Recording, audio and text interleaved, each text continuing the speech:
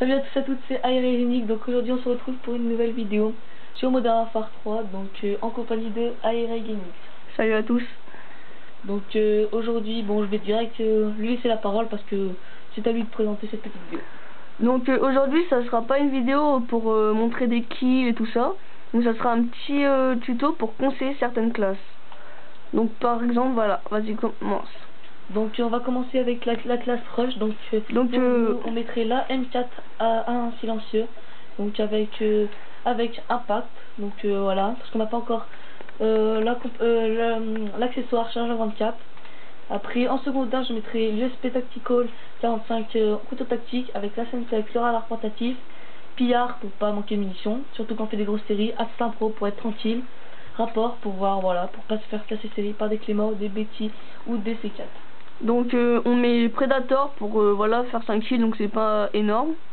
Après notre Reaper, et avec notre Reaper pour débloquer notre mitraillage de spray.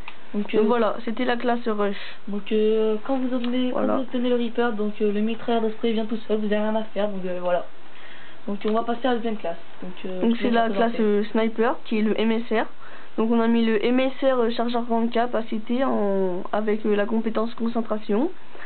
Le Magnum avec couteau tactique où vous pouvez le mettre en Akimo. Le couteau de lancer pour, comme on vous le dit, tester les Titanic. Le radar portatif pour pas se faire surprendre. On met tour de passe-passe pro, bonne gâchette pro et tireur d'élite. Avec des killstreaks pas très gros comme le drone, Preda et l'hélico à 7 kills. Donc après on va passer à la troisième classe, donc la classe Moab. Donc pour nous on va utiliser la CR 6.8, donc silencieux chargeur 24.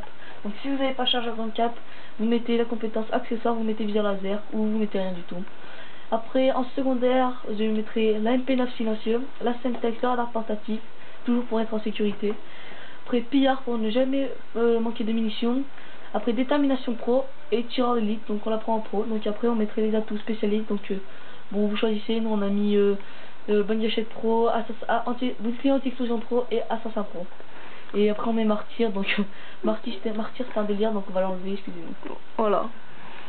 Donc après c'est la classe Snipe, c'est exactement la même que pour le MSR sauf que c'est le L118. Voilà, donc après on va passer à la classe pompe. Donc ça sera le KG12 ou le SPA12, pareil. Donc avec charge à 20 capacité, toujours dégâts sur le KG12 et le SPA12. La MP9 silencieuse, donc si par exemple c'est une petite map avec beaucoup de bâtiments et vous ne pouvez pas le contourner, donc prenez la MP9, elle sera très utile. Pour faire des tirs à un peu plus de portée. Voilà. Après la Semtex, la grenade flash pour prendre les drapeaux ou pour se camoufler, faire des kills tranquilles et tout. Donc après indétectable pour être tranquille au drone, tout ça, les prédateurs et tout. Bouclier anti-explosion parce que les grenades, les frags, les Semtex, ça fait mal dans le jeu, même les C4. Donc tracker, on a tout qu'on a redécouvert avec la team, donc tatou est très utile, donc qui améliore la visée. Donc en fait dès que vous courez et dès que vous croyez un ennemi dans un coin, dans un angle, bah, vous faites un petit flashcope aux pompes, voilà. Vous visez carrément pour voilà. Et ça vous aide grave. Voilà, donc après on va utiliser le Predator, le bombardement de précision et l'hélico à 7 kills. Voilà. Et martyr pour bien les faire rager. Voilà. C'est quand on rage.